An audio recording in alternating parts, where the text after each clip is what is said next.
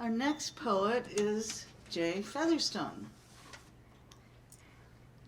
Jay was born in Wilkes-Barre, Pennsylvania, and he grew up in post-war Japan. He attended Harvard, at which time he also met his wonderful wife, Helen, who was studying at Radcliffe. After Harvard, Jay was a literary critic and an editor at the New Republic for many years. He wrote about literature and also about politics and education. He later served as the headmaster of the Commonwealth School in Boston. His wife Helen was also a writer and educator. At various times, they both taught at Harvard School of Education, at Brown, and for 20 years in a progressive teachers English education program at Michigan State University. And while they were there, they co-authored a couple of books that are very well known, but I can't remember the names of them. They returned to Gloucester during that time that they were in Michigan for 20 years. They returned to Gloucester for sabbatical time and during the summer. They had a beautiful son who sadly was disabled and cared for him for 9 years, and Helen has written a book about Jody. They have 3 grown children and 5 grandchildren. Sadly, Helen passed away last year. Besides the New Republic, Jay's writing and poems have appeared in numerous prominent magazines and literary reviews. His books of poetry include Brace Cove, 2002, Glass, and a soon-to-be-published new book entitled Vermeer Paints My Mother. I asked him if that was a true story.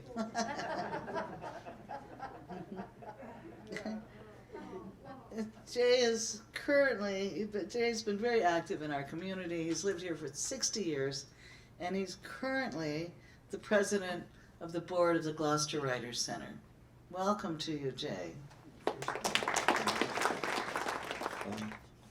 going to start with a poem about Brace's Cove. It's called Coastal Work. Its premise is that it takes off from the notion that Rosa rugosa, the beach roses that we see and love, are actually the same roses you see in old Chinese prints. They're from China. They came aboard ships and colonized our coast and the west coast and what we call in Michigan used to call the third coast. So coastal work.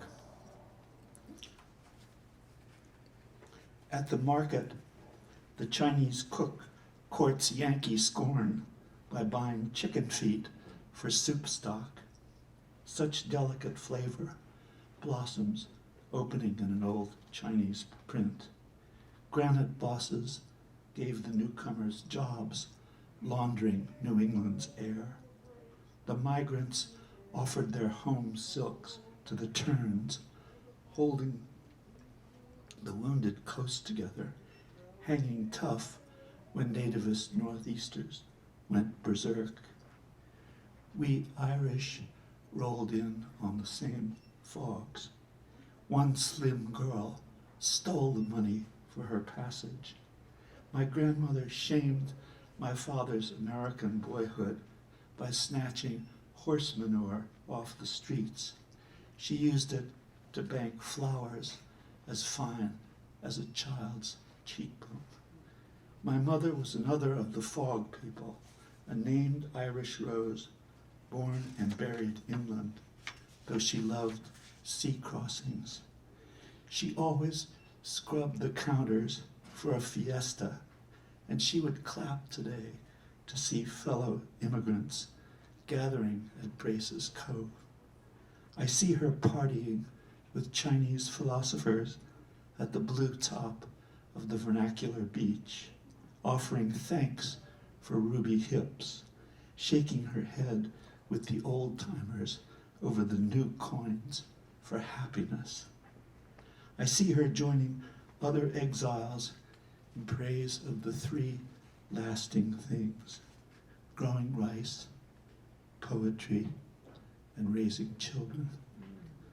I see her doing essential coastal work, translating it fresh on the threatened beaches, a formal, ancient beauty, turning the immigrant's old prophet on bird feet. As Sarah said, I grew up in post-war Japan. The cities were all leveled because we did, in the last months of World War II, to the Japanese what the Russians are now doing to the Ukrainians: merciless warfare against civilians. So this is called Dragonflies. My cousin said they could sew children's mouths with blue needles. Some kids called them snake doctors, with power to raise a dead copperhead to life or write your name on their air. As my secrets grew, I became better instructed concerning dragons and the bright colors of their wheels. In Japan, a woman taught me they were friendly, killing ghosts, killing pests, appeasing ghosts. When she lost her child to firebombs, the sharp-eyed skimmers drew her to water salted with tears. Above the shut faces of wars and pond lilies, we prayed for the baby and ate our cold rice. We saw the nymph's skin split from a force inside, a fresh thing hardening, full of new shadows, like cooling glass. I came as close to them one other time. Therefore, I never ask for too much from the doubled-winged doctors. A mouth ripped open, new words for smoke, for sorrow. And this is called, it's a title poem of the collection, of the first collection. It's called Brace's Cove. It's a love poem to my wife, who died last June. I should say that there's a custom at Brace's Cove to make piles of stones, and people make them in the intertidal area so that they get knocked down after they're made. So it's very beautiful and very brief. On our early morning walk, we discover a small city left on the beach by unknown builders. Thigh-high towers of pink and gray granite, warmed by chunks of sea-smooth brick that once made houses. You ask me to wipe sunblock from your face. I do, careful with the eyes and mouth. Best of all are the standing stones, druid figures piled up from rocks and set out so the tide will wash their feet before it knocks them down. Erect amid the flowing green spartina grasses, they tilt their oval shoulders as if it were bad luck to say, so close to paradise. The next several poems are from Glass. It's very hard to write a poem about happiness. The quiet, everyday happiness defies a lot of poets. This is an attempt to do that. It's called Supper, and it goes out to Caitlin Featherstone and Heather Stewart and their family, who are my Gloucester family. Supper. Ruby, who's in the poem, is sitting in this audience today. I hope she doesn't mind. I don't. Good. Supper. Caitlin sets candles on the table, though the sun is staying on the far side of the house. Ruby rushes in, wheeling her baby cart. A white moth struggles in her hand. Her eyes, a blue so intense, in the failing light, they appear black. I trade a slice of peach for the moth and let it take its luck out the screen door. Chill has hushed all the bugs, the frogs in the ash, thinning the fireflies above the privet and chicory. Night's steady fall leaves us whispering. I feel like saying grace. Caitlin butters Ruby's bread. And this poem is also about happiness. Softer metal. It starts with a quote from Nietzsche. It is a goldsmith's art which achieves nothing if it does not achieve it lento. Lento is the music word for slow. So this is a plea for slow, and it's called Softer Metal. I sell the family car and break down in scalding tears. I need to have a talk with myself, the fierce-toothed dog who panted for my death. He's asleep now, surely, in the iron kennel of the God charged with our troubles. I'm quitting the hospice. I hate dark windows. I'm walking outside where birds eat cherries, letting my soul dangle in the morning's glitter. Limbo is the only happy circle in Dante's hell. It's where the unbaptized, babies and toddlers, ancient philosophers get to hang out. The perfect place to practice lento, the goldsmith's patient way. At dawn, I open the door, sip strong coffee, and slowly eat a ripe peach. I may get another cat, perhaps a pair of scales to bring what the day brings, like this first silvery mosquito. I will be the old guy who sits in the sun and aims to write one pleasing line and bites his nails less. The hours in witness will stop their mad dance and drop hands like a circle of small children. This is another poem that refers to my wife, Helen. The process of grieving never ends. So this is about that. Music. It's called Music. The northeaster arrives in Gloucester with slashing rain and snow and then rain again. At 3 a.m. he tugs open the door to the ice-slick porch. Storm clouds have opened one high porthole filling with fat stars. Orion's belt adds brilliance to wonder. He could almost hear music, a funeral march, sad at first, then processional, stately, as if asking in song, who will follow us over city, sky, and sea? Yes, who will follow?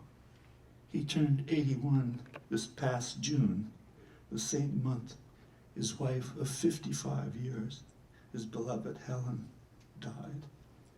Now he wonders who is next. The music is unfamiliar. He thinks he made it up and idly wishes he knew the notes well enough to write it down. The song would be a fitting tribute, he thinks, but he realizes he's forgetting it even as he listens. Better stick to what the poet called the music of what happens, he decides. The only music he's used to making, combining words and thoughts with silence. This poem requires a little explanation. It's called Old Friends. The old friend is a white pine tree outside my study window. But it reminds me of the time when I was diagnosed in the 1990s with a usually incurable form of cancer. And my wife and I went around looking for alternative treatments and found one that involved a heavy dose of radiation, massively delivered, Spider-Man level dose of radiation. And as you can see, I'm here today. But en route to that, I had to have lots of chemotherapy to beat, not to cure me, but to beat the disease back, to not let it get me. So I was really in bad shape. Old Friends, a large branch, ingrown, almost kills one of my best friends, the white pine that grows outside my study window. Post-radical surgery, the tree's open wounds seep dark and clear pitch. As for me, 2 rounds of chemo have pulled 0 inside of my head. I barely move my arms and hands. I give up trying to write with a pencil in my mouth. An ICU nurse quoted me, drug-soaked, as saying, "There is no cure, only prophecy. First the body, then the words, and then the mind." They adjust after the 3rd dose. When I start back to work, I open my window and talk damage to the tree. We agree, the worst is not death, it's the in-between, the intervals of needles, pain and pus, the fear in feeling your skin peel away in layers of snake paper. Something surprising, I tell the tree. I stopped feeling bald and doomed when spring turned up in shad blossoms. And this is my last poem. It's called Foxes. There's been a revival of foxes around, which is always a good thing. Night driving, my eyes less certain now. Could that flash of red be a fox? In the headlights, I make out his black stockings clearing the stone wall, a line perhaps between fact and fable. During the day, he naps under my study, where his hot stink heats the air. This filled my gentle, aging cat, Boris, with unease. Some years, I see 2 grown foxes in a circle of grass under the oaks, tending 4 or 5 pups who wrestle and bark rudely in the faces of their elders. I suspect that foxes do not fear the hereafter. If there is another life, let me not endure it among saved humans. Let me spend it as a fox, running under the stars, standing erect as a swamp iris from the curl of my tail to my blackberry nose. That was what I once thought. Now I'm not so sure. Today, another pair of red foxes in my yard ahead of spring. Lean, lithe, strong. They yet look newly vulnerable to me now. Imperiled, like all the wild things. Snow is predicted. The neighbors who threatened to put out poison for them could never have actually looked at them, really seen them, their beauty and elegance, first not noticed, then indisputable, almost makes me lose my senses, turning me into one of the pheasants in the old fairy tale. Put salt on my tail, I whisper to the foxes as they vanish into the woods, and I am yours for the taking. Oh,